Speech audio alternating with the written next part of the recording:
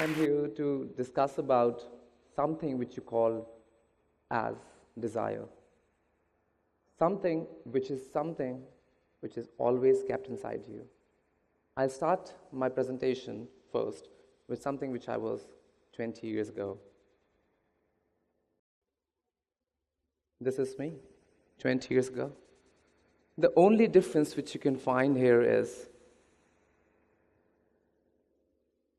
I grew up, and the only thing which is common is the sari and the dupatta, the way I used to carry it in. The sense of femininity or the sense of heteronormativity was shunned off by me at the very tender age. And I think it is always shunned off by many like me at a very tender age. I was always desiring to wear something which I can, and today I'm wearing what I am, a sari. I was always inspired by something which was not outside, it was something within me. It is not that I've been looking at people and then I've been realizing that what I need to see, what I need to wear. It was always within my heart. If I would have been choosing by looking at people around me, I would have lost my way all the way around. Today, if we look into our history, into our culture, we can see men used to wear a sari in our histories as well. I'll give you examples for that. Lord Shiva, and he disguised as a Mohini avatar and as a gopi. He took a gopi rupa to witness the pastimes of Lord Krishna. He wore a sari that time. And a Lord Vishnu as well. This is Lord Shiva dressed as a little gopi wearing a little sari. Another one is Branala, the very character from Mahabharata. In the kingdom of King Virat, when Arjuna was in his 13th year of exile, he had to turn himself into a eunuch and wear a sari.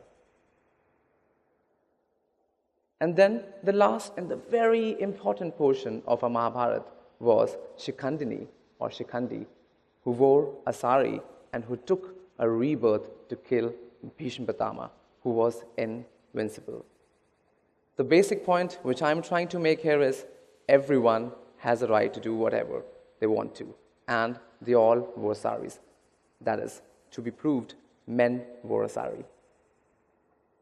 The basic thing about me when I started wearing a sari was like probably in 2017. I was always keen and looking at Rekha, the way she used to carry her saris. I used to follow her pages. I used to look into her images, and I was really, really inspired by what she used to do. But I never gave up. My mother used to say, "Is there any boy who would look into Rekha ji's account?" I said, "Yes, I am there. Why not everybody else do?" So my mother always used to think that if I'm a boy, I should look into some other people. She always used to think that I will be Vivekanand, and she made me a Vivekanand when I was into a fancy dress competition in my school. Well, to be honest, I have some devotional qualities like he had, but the other qualities of wearing a sari, which it isn't. Another very important person in my life I wanted to discuss about was Himanshu Verma. I met him in 2017 for the first time. He's the first sari man of our country. It was one of his sari events in 2017 when he asked me and invited me for an exhibition. He asked me to try one of his very fabulous red and white Assamese sari. Earlier, I hesitated a bit, but I was like, I always used to carry a jacket, which is, I don't care. This is the picture from that day. I posted it on the internet, and I posted it writing a caption, "I don't care, and I love it."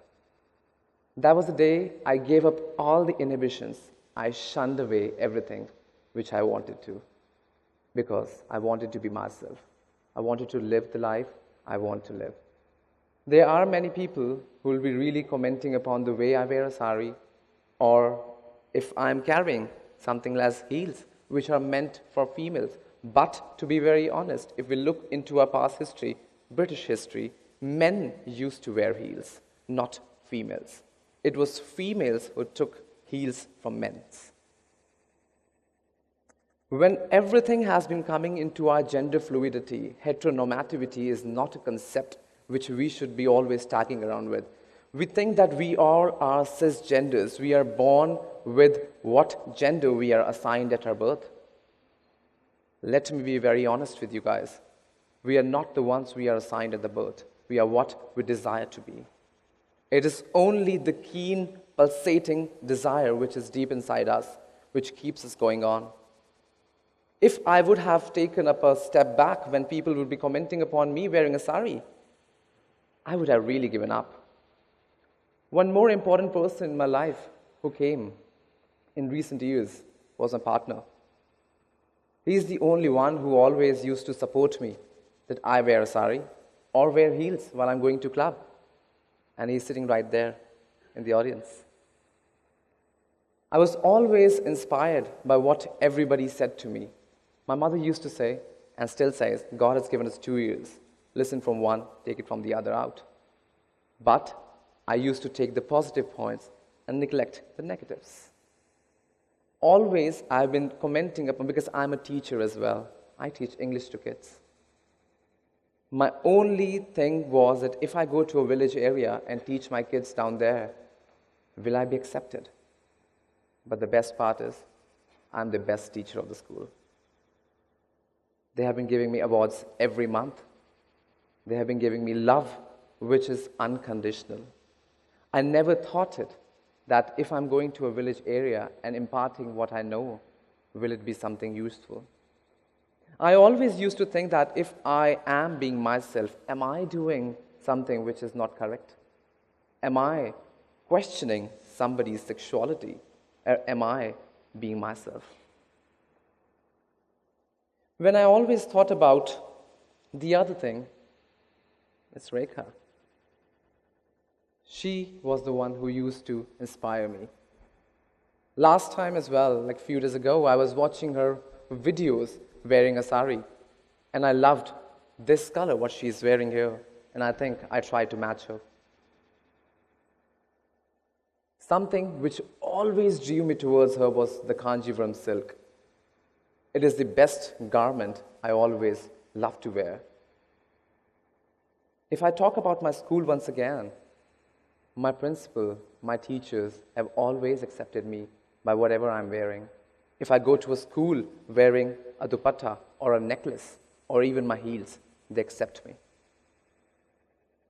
If we think that if we are going to a very secluded area of a village, sorry to say that people would be commenting upon your sexuality, or people would be saying that, oh, from the front he looks like a man, from the back he looks like a female. But I close my eyes, I listen to what they say, and accept what they say. Because the only thing which I'm always trying to teach people is, we need to educate the society. Education is the only thing which we require today. Educating in terms of sexuality. It is not about heteronormativity that we are going to the strictures, what we are following. We looked into our history, we looked into our culture, we looked into our present. Everything is there relating to sari. I'm not the one who's promoting sari to a man. I'm not saying that all the men should come tomorrow wearing a sari. I'm not doing that. But if you desire to, if you want to wear a dress, do it. We see women, we see girls wearing pants every day and walking and strutting down the streets. But what if we see something like that? We have seen Anoki, we have seen Chipa, and we have Sabyasachi wearing the floral prints these days, and that's a gown. We have Ranveer Singh in our film industry these days, who has been breaking the boundaries of gender and being fluid about what we should and what we should not wear. He's wearing all the colors which were earlier meant to be given only for females.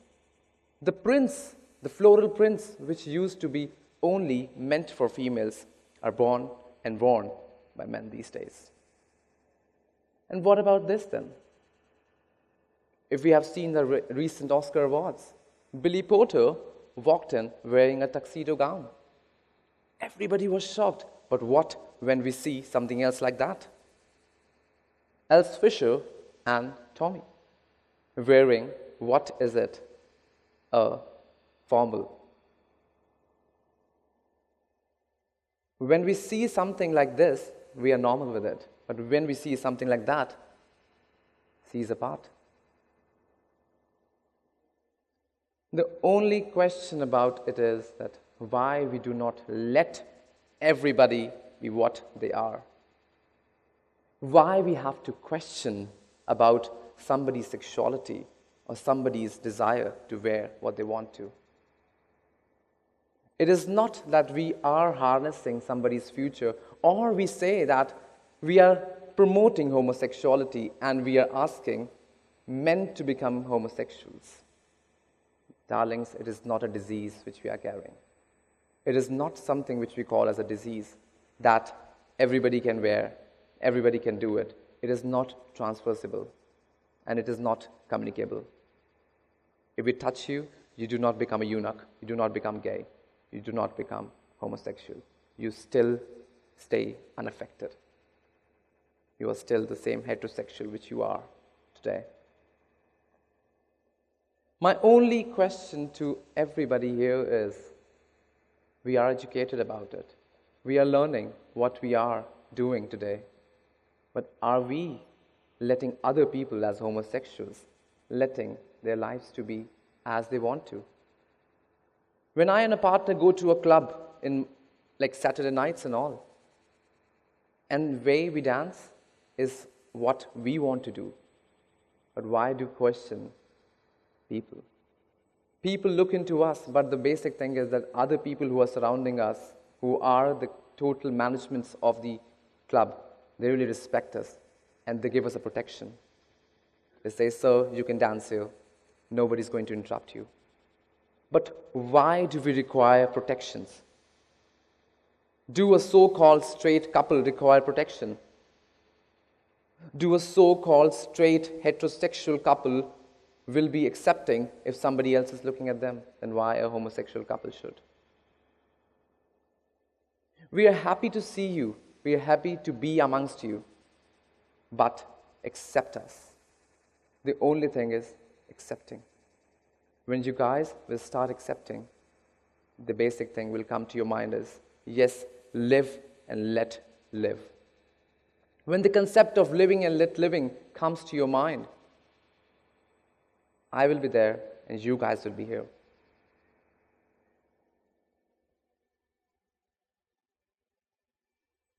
Thank you.